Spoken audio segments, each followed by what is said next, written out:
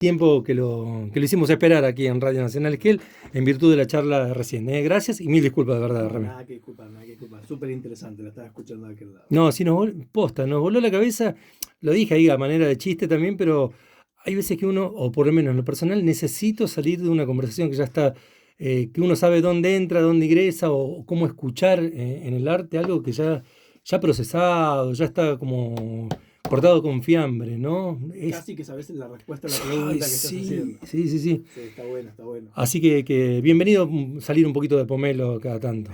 De una, totalmente. ¿Cómo andan tus cosas obviamente en lo personal? Salimos un poquito acá de lo personal estrictamente hacia afuera, pero sí en estos días aquí que estuviste con mucho laburo también y complicado por otros lugares también. Sí, sí, la verdad que bueno, esta época, viste, que suele aparecer las alergias estacionales a todos, a mí me agarró con todo y se ve que eso me ha bajado un poco las defensas y me agarró una sinusitis bastante fuerte que me tuvo mal, me tuvo mal. Aparte, como médico, los médicos somos pésimos como pacientes. Somos los peores pacientes del mundo porque somos tipos que no consultamos a nadie, tratamos de resolverlo nosotros, lo hacemos mal, tarde, a destiempo, algo que al otro se hubiera dado cuenta 2 minutos, a mí me tardó un montón de tiempo darme cuenta y hasta que no agaché la cabeza para atarme los zapatos, se me partió el cerebro, no me di cuenta de una sinusitis. Entonces, eso retrasó la oportunidad diagnóstica para poder haberlo hecho a tiempo, pero no, ahora ya bien, ya bien. No vamos a interrumpir la columna como la tenés prefijada, así que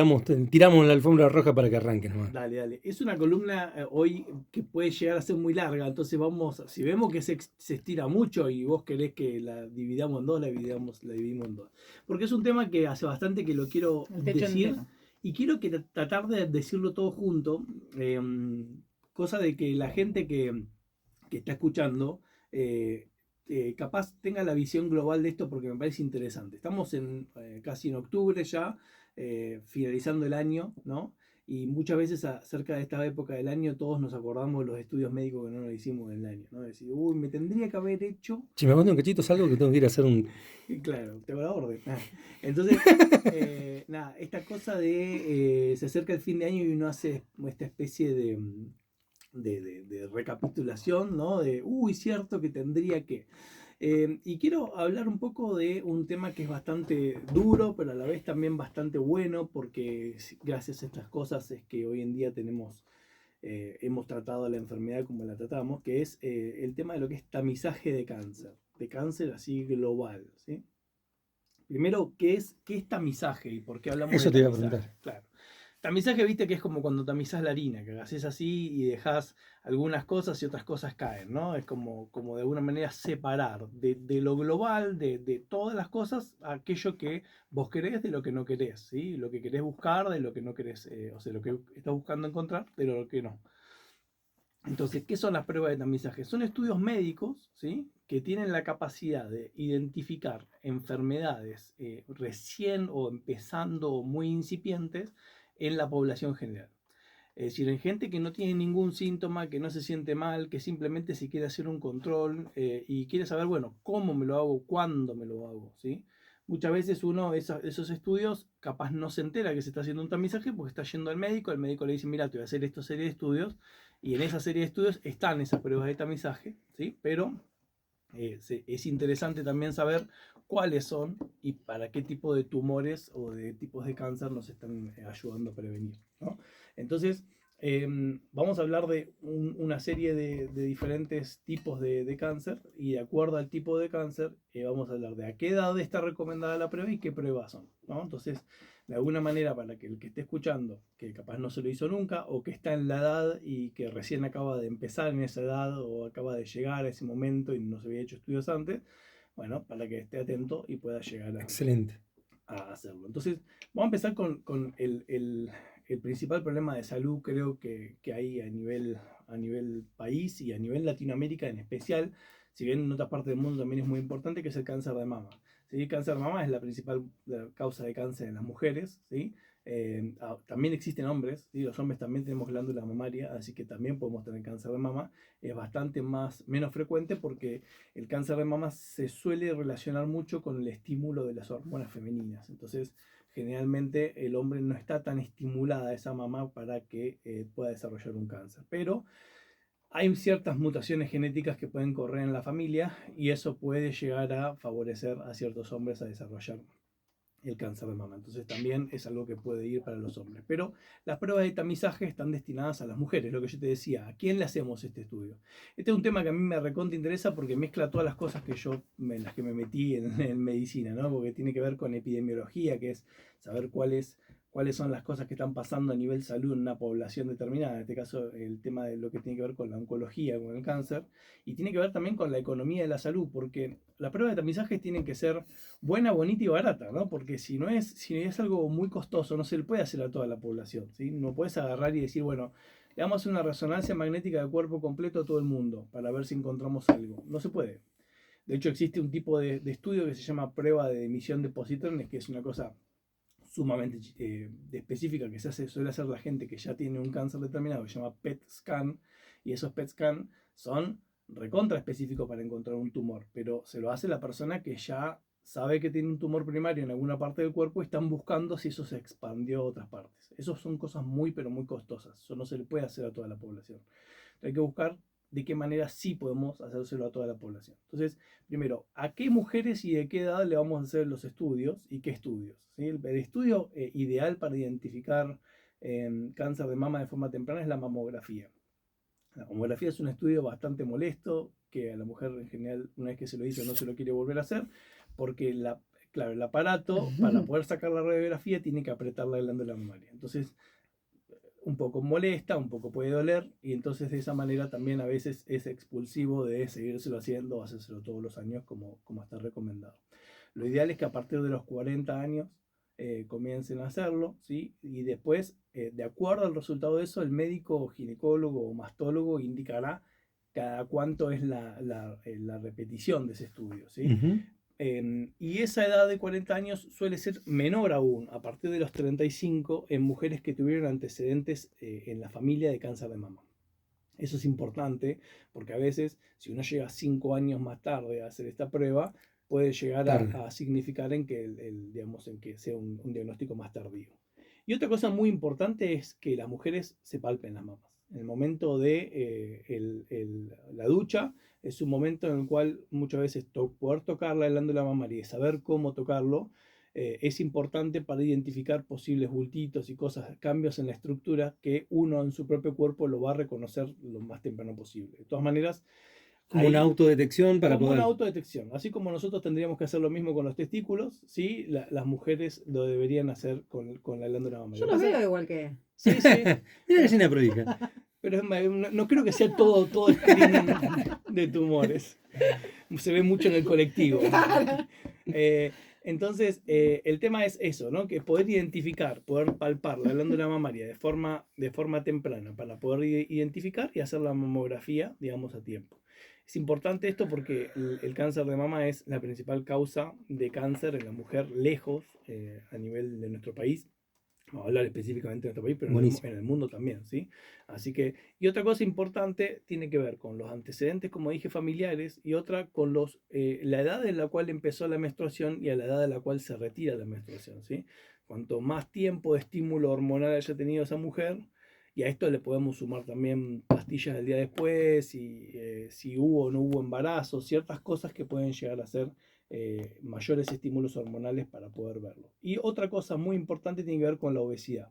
Tanto en el hombre como en la mujer, la obesidad, la grasa, tiene un derivado que se fabrica a nivel de la grasa que se convierte en hormona femenina, en estrógeno. ¿Sí? La estrona que produce la grasa se transforma en estrógeno. Entonces, si una persona tiene sobrepeso o obesidad, eso va a favorecer la posibilidad de desarrollar un cáncer de mama, independientemente de todas las cosas anteriores que dije. ¿Sí?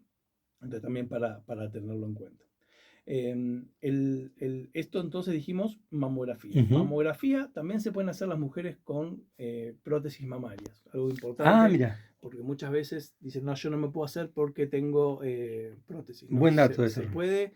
Hay una cosa que se llama técnica de Eklund que hace que corre la prótesis un poco para el costado para poder ver bien la glándula, y también se puede correlacionar eso, si es que no pudo ser muy buena la técnica, con una ecografía mamaria. De esa Perfecto. manera son estudios bastante baratos, digamos, aún para la persona que se lo hace. Accesibles. Accesibles. Y lo interesante en un momento en el cual siempre hablamos, ¿no? Este momento del país en el cual se está poniendo todo en revisión, y tenemos un sistema de salud en el cual este tipo de pruebas, de casi todas las que voy a hablar, están cubiertas casi siempre al 100%, ¿sí?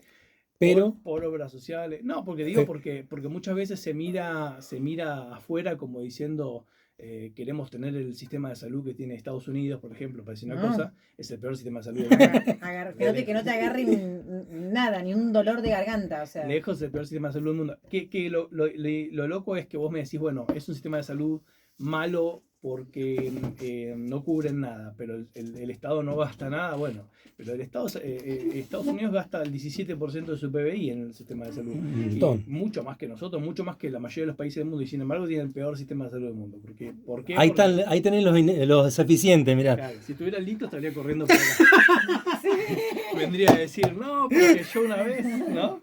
Pero bueno, no está, así que no tenemos nadie invadiendo el lugar. Qué buen dato ese de los porcentajes de inversión, que por ahí algunos llaman gasto y otros inversión también esto, ¿no? Sí, seguro. Yo creo que la salud siempre es una inversión, ¿no? Es un gasto. En especial, hablando de esto, mira, solamente si vos decís, mira, sos un mal tipo que no piensa en la gente, ¿no? Y querés gestionar la salud solamente desde el punto de vista económico, igual hacer pruebas de screening y hacerlas accesibles, baratas o gratuitas, de todas maneras te ahorras un montón de plata. Mira, yo cuando terminé lo de economía de la salud hice una tesis sobre cáncer de colon, y la tesis era, ¿qué pasaba post pandemia?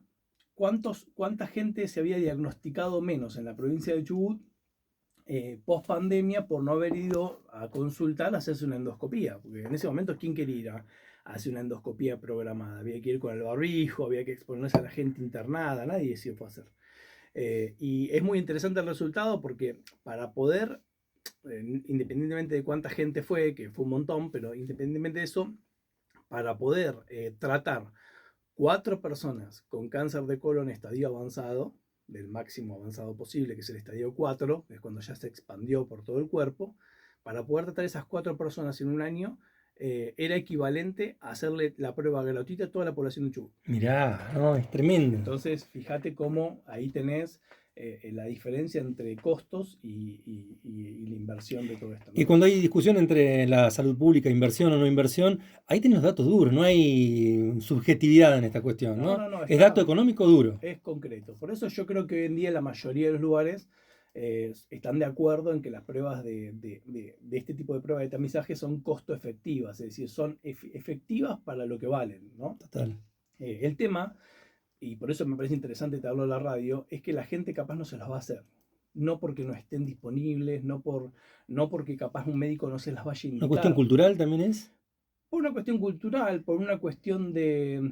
yo he escuchado pacientes decirme que no quieren despertar al cáncer, ¿no? Y uno dice, claro, Un alien, como una ¿viste? especie de alien dormido. Pero es interesante también entenderlo de ese lado, porque hay mucha gente que piensa que estudiar esto hace que algo aparezca y por lo tanto se vuelvan enfermos antes. Y en realidad es lo contrario. La mayoría de estos estadios diagnosticados bien tempranamente son curables. A diferencia de estos mismos tumores o estas mismas patologías diagnosticadas un poco más tarde, en las cuales lo que se hace es un tratamiento de una cirugía generalmente y después un tratamiento casi de sostén, ¿sí? Hasta, se llama un tratamiento hasta progresión. Bueno, veamos a ver cuándo esto sigue avanzando, ¿sí? Cuando en realidad, si vos lo diagnosticas antes, es curativo. Si yo te sigo estudiando después un tiempo para ver que esté todo bien, y si está todo bien, joya, no nos vemos, ¿sí? Entonces, ¿qué diferencia hay en una cosa de la otra, ¿no? Entonces, muchas veces esto de ir a hacer prácticas de prevención y acordarse de hacerlas, pasa esto de la enfermedad silenciosa, cuando uno no tiene síntomas, no se siente mal, ¿y para qué me voy a ir a estudiar? Estoy bien, tal cual. Entonces eso con cáncer de mama, ¿sí?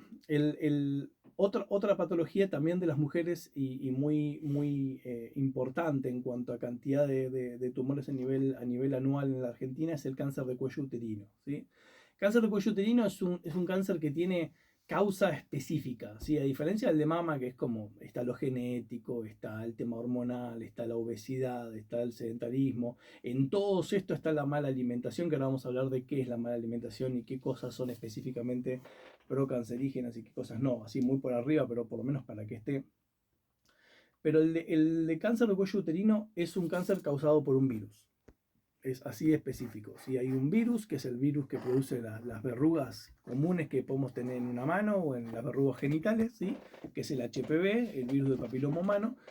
Y el virus del papiloma humano tiene como 90 tipos distintos. Imagínate como 90 variedades del mismo virus, ¿sí? De esas 90 y pico de variedades, hay 3 o 4 que son cancerígenas. Es decir, que cuando agarran, cuando empiezan, generan una replicación del virus tan grande dentro de la célula que empiezan a embromar el aparato celular y su ADN y hacen que esas mismas células infectadas empiecen a replicarse con errores y de esa manera se empieza a formar un tumor. Este es el virus que se diagnostica con el famoso Papa Nicolau, ¿sí? Es decir, cuando vos vas a una prueba ginecológica anual y te haces el Papa Nicolau, vos ves si hay o no hay algún tipo de estas células y después se puede seguir avanzando en pruebas de mayor complejidad si es que las hay, ¿sí? Para decir, bueno, a ver se puede ver qué tipo de virus es también hoy en día. Se puede saber si es el 16, el 17, el 18, que son los más procancerígenos u otros. Y de esa manera seguir avanzando en el diagnóstico hasta poder tratarlo de forma temprana para evitar que eso se desarrolle en el día de mañana en un cáncer y si ya es un cáncer, tratarlo también, ¿no? Entonces una prueba también, revisación ginecológica básica, también importante una vez al año. Lo ideal es hacerlo a partir, Eso te voy a preguntar. claro, a partir de los 25 años. Es el más temprano de todos los diagnósticos de tumor. ¿Por qué? Porque generalmente esto tiene que ver con cuándo se inició la actividad sexual. Y eso es muy difícil de saberlo, ¿sí? Entonces vos no sabés a qué edad una mujer arranca con su actividad sexual. Y si se cuidó o no se cuidó en esa actividad sexual. Porque si son todas actividades sexuales con preservativo, no debería haber ningún virus, ¿sí? Pero como es una enfermedad de transmisión sexual, digamos, si es que el virus está, es porque hubo una relación sin preservativo o una parte de la relación sin preservativo y por lo tanto esa persona ya tiene esa colonización. El virus no es tratable, curable, erradicable, ¿sí? No es que vos tomás una pastilla y listo, se fue el virus. Todos los virus que nos forman verruguitas, así lo de las manos también, son virus que quedan en la parte más profunda de la piel de una forma, se llama senescente, es decir, una forma sin actividad. Y se vuelven más ¿Qué es como activos. latente? Claro, quedan ahí como latentes, sin replicarse. Okay. Y cuando bajan las defensas por algún motivo, o cuando el virus se activa por determinadas cosas proinflamatorias que puede haber en el cuerpo, empieza a replicarse, y ahí vuelve a formar una verruguita, vuelve a formar algo más visible. El problema es que cuando nos agarra a los hombres, generalmente esas verrugas son visibles, ¿sí? Porque casi todo nuestro aparato reproductor es visible y la parte de adentro de la uretra molesta, entonces se ve fácilmente. Pero en cambio dentro de la vagina, al ser una cavidad más grande, puede haber verrugas y no haberlas visto nunca. Entonces eso es algo que el ginecólogo tiene que ver visualmente en el momento de la revisión y a su vez también tomar una biopsia o poder estudiarlas si es que están, y si no, con el mismo Papa Nicolau raspar la pared que se la ve saludable de alguna manera para poder mandarlo a estudiar, ¿sí? Generalmente previo al Papa Nicolau se hace una tinción con un líquido para ver qué parte del epitelio puede llegar a ser más, como decir, inflamatorio, por decirlo de una manera, y ahí se hace el raspado para poder mandarlo a estudiar el Papa Nicolau. Entonces de esa manera se puede diagnosticar también más tempranamente. También estudios accesibles. Sí, totalmente. Es un estudio que, como te digo, en el 90 y pico % de los casos es sin costo. ¿Sí? Eso hay que tener en cuenta siempre, ¿no? Para aprovechar, y está bueno que lo machacás constantemente, ¿no? Sí. Porque más allá de una cuestión cultural o eso, que estamos viviendo en Chubut, en cada uno de los lugares que están escuchando, y en Esquel y Trevelin tenés la posibilidad de tener estos contactos con profesionales de la salud dentro de lo que son los lugares propios de laburo, pero también en la comunicación verbal diaria, ¿no? Y me parece copado esto que haces de divulgación de estas cuestiones. La verdad, te felicito, ¿eh? Perdón la interrupción, pero me parece muy importante que lo hagas en la radio y además por las redes sociales también. Bueno, gracias. Sí, yo creo que es un tema importante, del que yo capaz no escucho tanto, capaz sí hay difusión, pero capaz hablan de un tema en particular. Total. Y yo por eso quería tratar de hablar de todos un poco juntos. Entonces, con respecto a lo que hablábamos de cáncer cuello uterino, esto, ¿sí? Papa Nicolau a partir de los 25 años. Y un tema importantísimo es que desde el 2011 en la Argentina tenemos incluido en nuestro calendario de vacunación la vacuna contra el HPV. La vacuna contra el HPV es la primera vacuna contra el cáncer que existe, ¿sí? Es decir, digamos, capaz la gente no lo sabe para qué se lo está dando a los niños, pero le estás evitando el día de mañana. El mismo tipo de virus puede producir cáncer de pene en el hombre. El cáncer de pene es mucho más infrecuente, ¿sí? Precisamente porque las lesiones suelen verse más temprano y se suelen eliminar más temprano, pero de todas maneras existe, ¿sí? Entonces, tanto el cáncer de pene como el cáncer del cuello uterino los causa este virus. Entonces, saberlo de forma temprana, que nosotros al darle la vacuna a nuestros hijos, está desde el 2011 en el calendario, o sea que todos los niños del 2011 acá deberían estar vacunados, ¿sí? Si todavía no completaron el esquema, hay que revisar la libreta de La vacunación. libretita. El esquema original era de 3 dosis, hay un esquema simplificado de 2 dosis, y a partir de hace poco tiempo, en este mismo año, en 2024, se eligió un esquema de 1 dosis porque se está viendo que solamente con 1 dosis se logra inmunidad por muchos años. Entonces, de esa manera se cuida, digamos, a estos niños. Y lo interesante es que se están dando a niños de 11 años. Entonces, a partir de los 11 años, uno sospecha de Me que pasó hace todavía, poco con mi hija. claro, de que todavía no inició actividad Ujú. sexual. Entonces, es interesante porque estamos haciendo una prevención primaria de un tipo de tumor que es recontra bravo cuando aparece. Entonces, de esa manera, con simplemente una vacuna, podemos prevenirlo. Otro tipo de tumor, ¿sí? Ya ahora en hombres, ¿sí? El cáncer de próstata, ¿sí? El famoso cáncer de próstata, que es el miedo en los hombres cuando hablas de cáncer de próstata, todos piensan que van a terminar con un dedo de algún médico por algún lado perdido, ¿no? Entonces, lo interesante de esto es que hace muchos años era una de las maneras, y todavía se sigue haciendo si es que fuera necesario, en especial lo hace el urólogo, ¿sí? Cuando hay altos riesgos o altos signos de que hay un tumor en la próstata. Pero hoy en día, en general, cualquier médico, digamos, que te siga, tu médico clínico, el que te conozca, tu médico generalista, el que tengas, el de la salita, te puede pedir un estudio de sangre agregado al resto de los estudios que se llama PSA. Y PSA se llama antígeno prostático específico, ¿sí? Y es como decir, es un marcador en sangre de cuán inflamada está tu próstata, ¿sí? Entonces, si eso está muy alto, no significa sí o sí cáncer, pero sí significa mucha inflamación de próstata.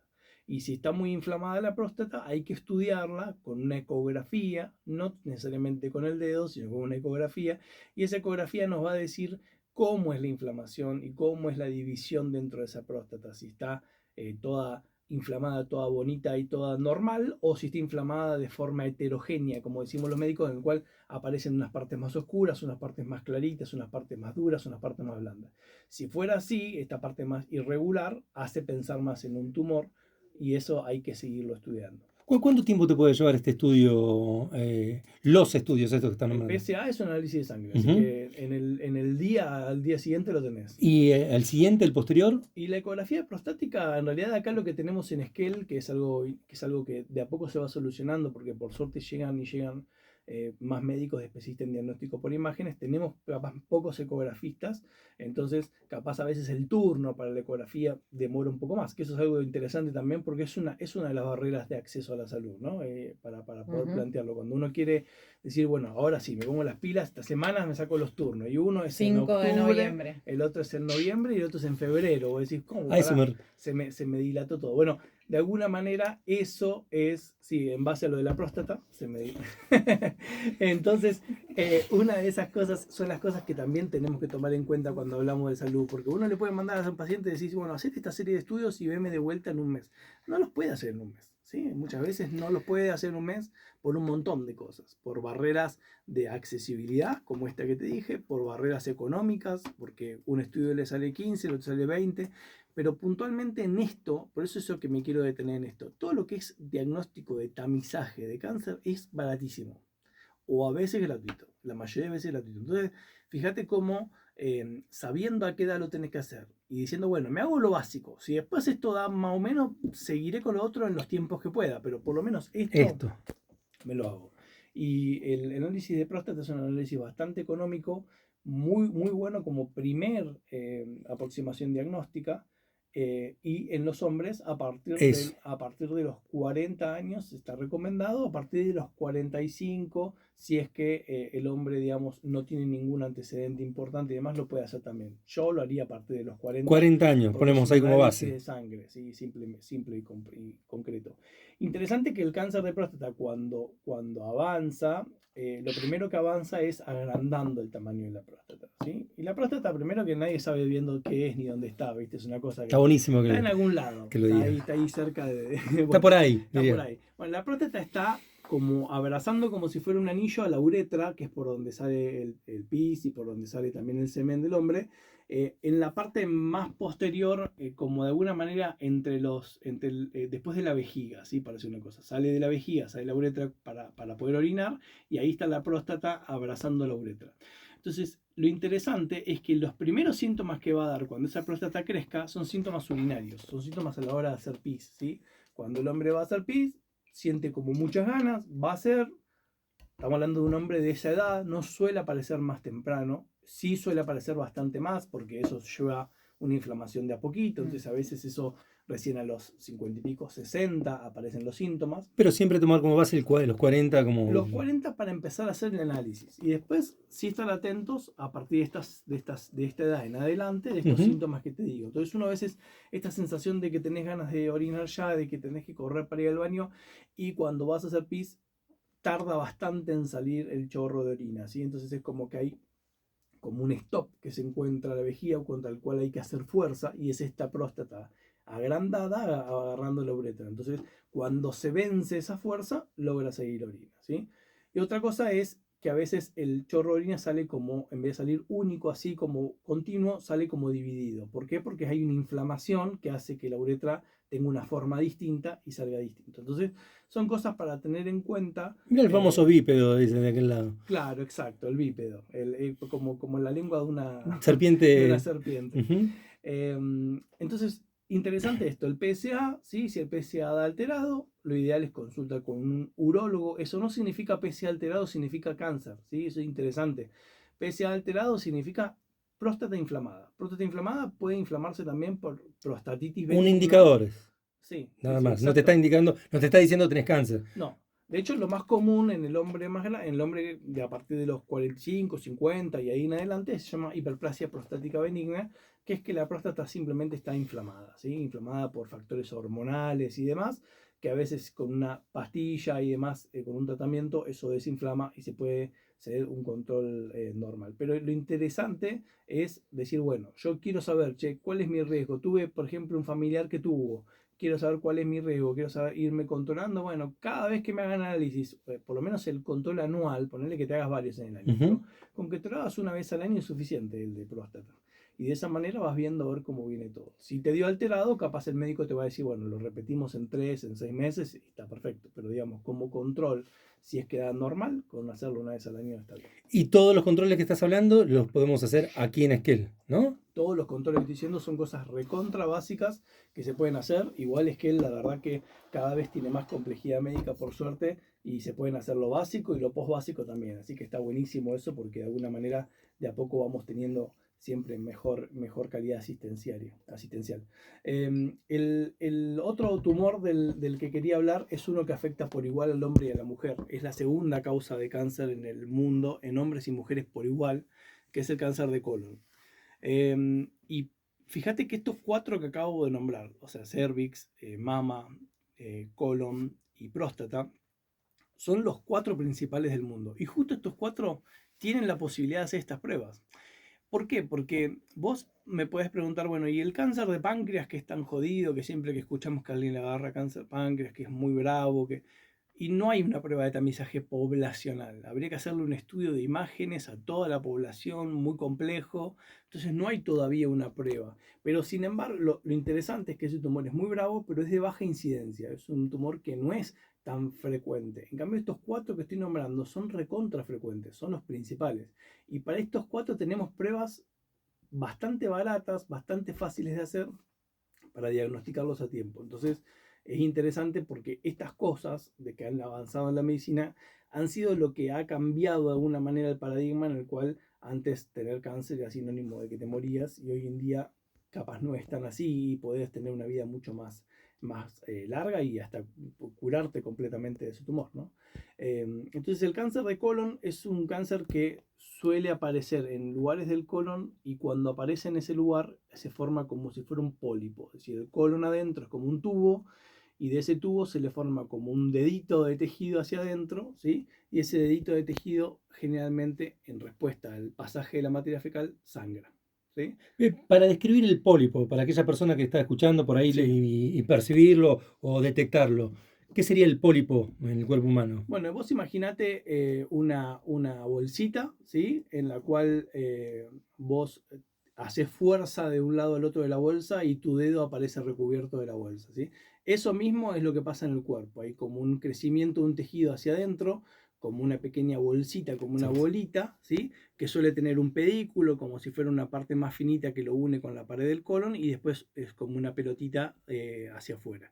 Esa pelotita está en movimiento dentro del colon porque obviamente con el pasaje de líquido, de materia fecal, se puede mover porque está con un pequeño hilo que lo une, y eso está expuesto a traumatismos y demás. Y ya por algo por sí ya creció, ¿sí? Ya se desarrolló un tejido nuevo. Ese tejido nuevo generalmente se le llama displasia. Es parecido al tejido original, pero no es exactamente igual, ¿sí? Y después de inflamación, inflamación, inflamación, replicación de esas células, esa displasia se transforma en un cáncer. Y ese cáncer de colon va a estar en esa misma localización del pólipo, pero va a empezar a comportarse de forma distinta. No va a ser solamente una bolita que hay ahí dando vueltas, sino que va a empezar a lastimarse, va a empezar a agarrarse de tejidos más profundos, a lastimar la pared del colon de alrededor, ¿sí? Y a veces hasta infiltrar completamente la pared y pasar el resto de los otros órganos y tejidos por la sangre. Entonces, lo interesante de esto es que el pólipo ese primero que nada sangra, ¿sí? Cuando se forma, como respuesta al pasaje de materia fecal y demás, se lastima, se erosiona y eso genera sangrado. Ese sangrado no es que vos vas a ir al baño y vas a ver sangre, ¿sí? Es un sangrado que se mezcla con la materia fecal, ¿sí? Hay que estar atento siempre. Hay que estar atentos, pero a veces ni siquiera se ve. Entonces, una de las pruebas que se hace muy poco en la Argentina, pero muy poco, y yo no termino de entender por qué se hace muy poco. Habría que hablarlo algún día con un gastroenterólogo, porque yo no sé si es que ellos lo indican poco o es que la gente no lo quiere hacer, ¿sí? No lo sé, pero se llama prueba de sangre oculta en materia fecal. Es una prueba que se puede hacer en el domicilio, te dan como un líquido para mezclarlo con tu propia materia fecal, Y para o muchos es una cagada por ahí. puede ser una cagada, pero bueno, pero te salva de una cagada mayor. Entonces es interesante para tenerlo a mano. Pero eso se lleva la muestra de materia fecal al laboratorio, si es que no tenés el kit para hacerlo en domicilio, que existen, y se le pone un reactivo a esa materia fecal y si eso genera un cambio, ¿sí? A veces es un cambio de color, a veces es un tipo de espuma y demás, significa que ahí mezclado hay sangre, ¿sí? Entonces, si hay sangre, el siguiente paso es hacer una colonoscopía, que es un estudio diagnóstico en el cual se pone una manguerita, ¿sí? Se estudia por adentro del colon, ahí lleva una preparación previa, pero el estudio de ese diagnóstico es interesante porque no solamente es, te encontré algo, es diagnóstico y a la vez puede ser curativo en el mismo estudio, porque el gastroenterólogo va con la manguerita mirando, ¿no? Y de repente es muy bueno. Si alguna vez pueden ver un video, realmente es súper interesante lo que hacen los gastroenterólogos porque los tipos van como navegando ¿Nos podés adentro del linkear colon. algún gastroenterólogo o Sí, gastroenteróloga de acá? una, Me de una. encantaría, Sí, me sí, gustaría sí. mucho. Sí, les voy a pasar el contacto de. Acá hay tres, los tres son muy buenos, así que les puedo pasar el contacto de ellos para que los contacten. No hay ningún problema. Pero si vos vas por adentro del colon y se va viendo las paredes de adentro, ¿sí? Y cómo de repente cuando encuentran uno de estos pólipos, ¿sí? Los tipos por el mismo aparato que están mirando meten una Cucharita. cosita, como si fuera una cucharita, pero que termina en una pincita así. Entonces, van ahí, la pincita corta el pólipo, lo agarran, lo traen por el mismo aparato, Literalmente. literalmente, y ahí en un tubito termina tu pólipo. Y ese pólipo se manda a estudiar. Y a partir de ahí no solamente te lo sacaron, sino que además estudió las células que tiene, por lo tanto sabemos el riesgo que vas a tener de desarrollar nuevos pólipos, y directamente los tipos te trataron la enfermedad. Qué bueno, ¿Eh? loco. es sumamente efectivo, sumamente interesante. De los estudios de ¿Accesible también? por eso, de los estudios de tamizaje que estamos hablando, es el más costoso, ¿sí? No es costosísimo, pero es el más costoso de todos, porque suele tener algún cargo, digamos, a partir de la persona que tiene una obra social. Lo interesante es que generalmente cuando este estudio, que es Un coseguro, diagnóstico, decís. claro, un Suele tener un coseguro, coseguro, ok. sí, coseguro. Depende qué obra social. Ujú. Les puedo hablar, por ejemplo, de Ceros, que es de la que yo sé. Ceros tiene cobertura del 100% del estudio en personas que están dentro del grupo de screening, ¿sí? Que ahora vamos a hablar de a partir de qué edad es. Si te lo querés hacer antes, sí tiene un coseguro, pero si no, tenés el 100%. Y la mayoría de las obras sociales que tienen coseguro en el diagnóstico, si ese diagnóstico termina siendo terapéutico porque mandan el cosito y cortan el pólipo, se cambia para que tengas la cobertura al 100 y te devuelven lo que hayas pagado porque Claro, eso porque pasa a estás ser, curando. claro, pasa a ser una práctica quirúrgica, Claro. para decirlo de una manera. Entonces, con este estudio debería hacerse a partir de los 45 años, ¿sí? También una vez, y es una vez cada 5 años o cada 10 años, depende la estadificación de riesgo que te haga el gastroenterólogo, ¿sí? Si tenés o no tenés antecedentes familiares, cuál es tu consumo de, que ahora vamos a hablar Harinas. del tema Ah, alimentario. repesada. No, el tema es interesante lo alimentario porque nos pega muy fuerte, ¿sí? Ay, sí. Nos pega muy fuerte Es que es lo que tenemos más a mano para ser medianamente felices si podés comer, ¿no? tal cual, pero aparte nos pega culturalmente muy Cultural, fuerte sí.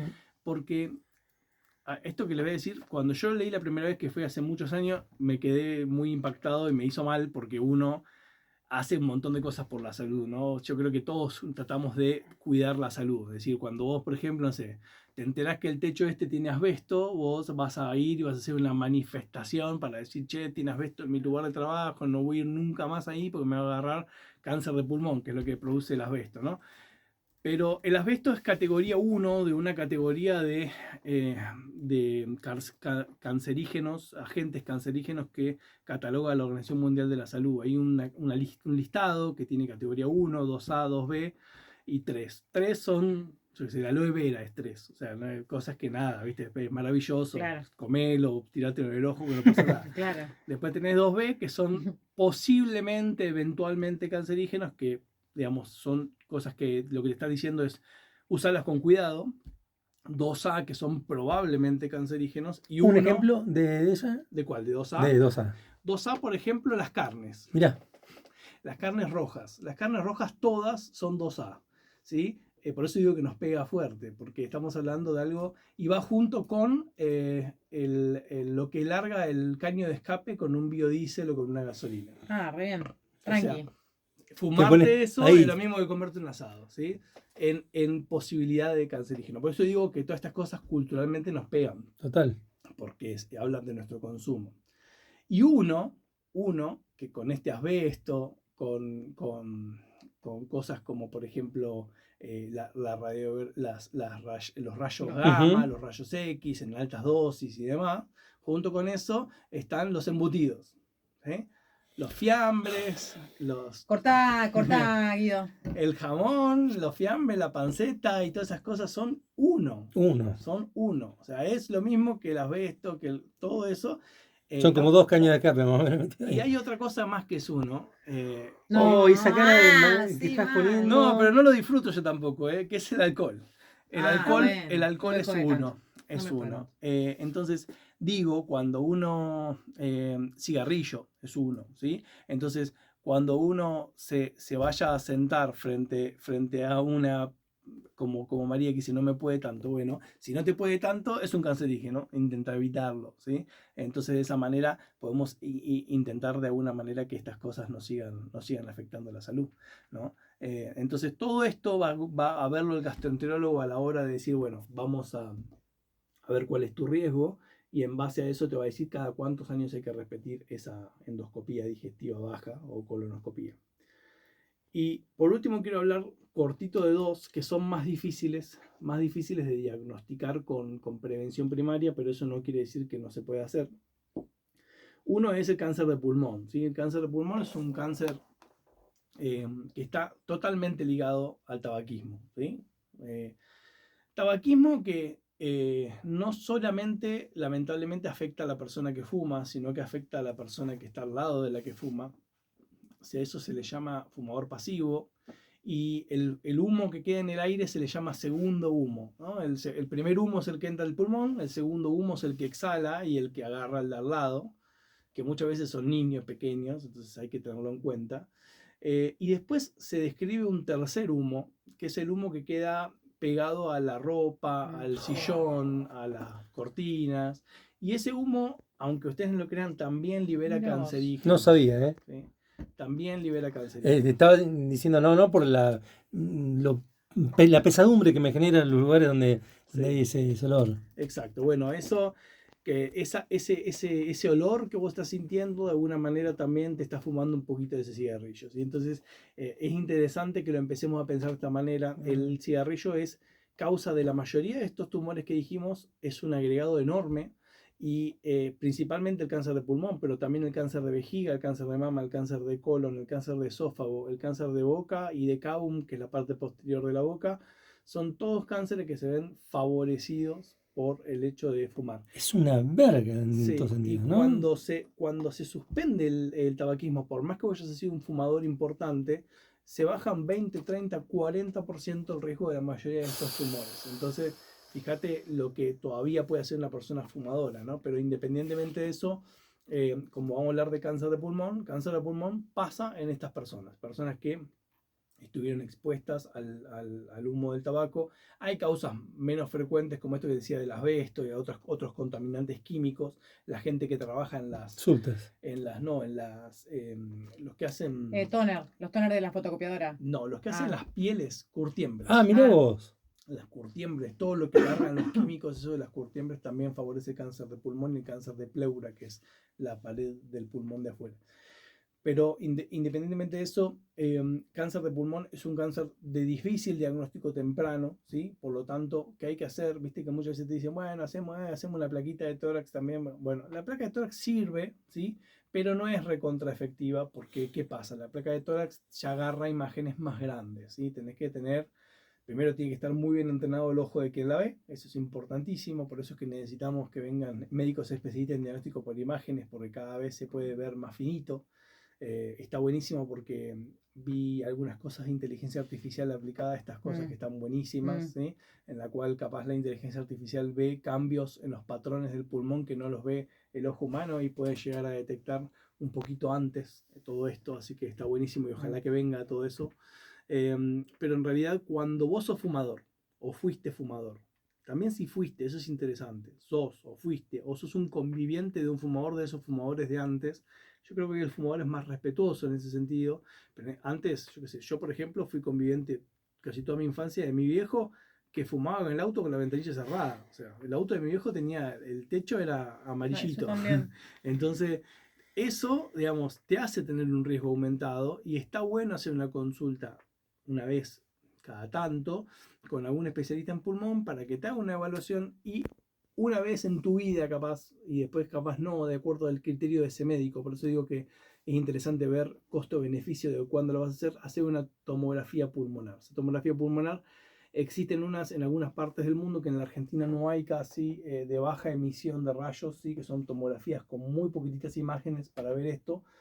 Pero si no, una tomografía común, hacerte la radiografía esa, la cantidad de rayos X versus diagnosticar tempranamente un cáncer de pulmón, es recontra. Es un partido ganado. Claro, sí, hay que hacerlo. Entonces, si sos fumador o sos conviviente de un fumador, está bueno hacer la consulta temprana y está bueno diagnosticarlo tempranamente. A partir de los 50 años debe ser esta consulta, tanto en el fumador como en el no fumador. Ahora, si el fumador quiere ir a hacer una consulta para dejar de fumar, lo puede hacer a cualquier edad. ¿Sí? Eso Total. es importantísimo porque los médicos, especialmente los que hacen pulmón, pero también todos nosotros tenemos herramientas hoy en día hasta medicamentosas para ayudar a la persona que quiere dejar de fumar por la ansiedad y demás. ¿Sí? Que encima vivimos en un momento, yo qué sé, que estamos tan bombardeados y estamos tan ansiógenos con un montón de cosas, porque entre lo que nos llega de información y la situación económica, social y demás, el pucho viene a ubicar un lugar ahí casi no exploto por esto, ¿no? Pero bueno, por otro lado, lo interesante es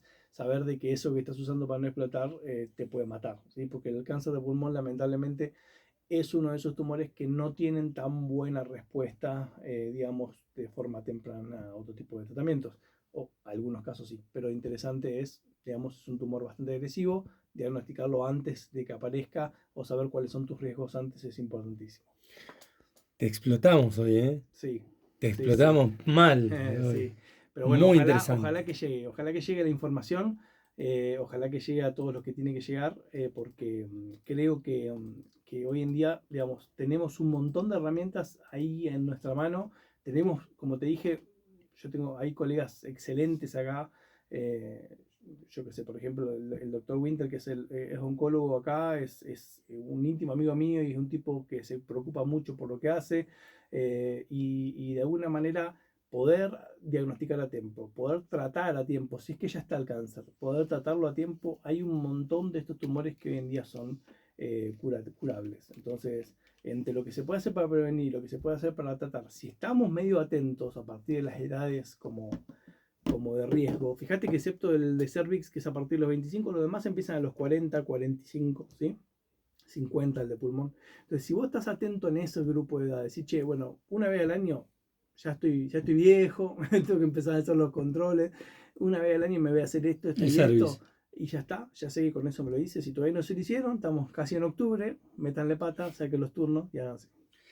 Muchas gracias de verdad, loco, ¿eh? Increíble la posibilidad de tener conciencia sobre esto que abarca a toda la población la preocupación, ¿eh? Y aprovecho para decirte cómo podemos seguirte en las redes y también en el consultorio. Bueno, en el Instagram es @RamiroF es diabetólogo, F es con H y con doble F.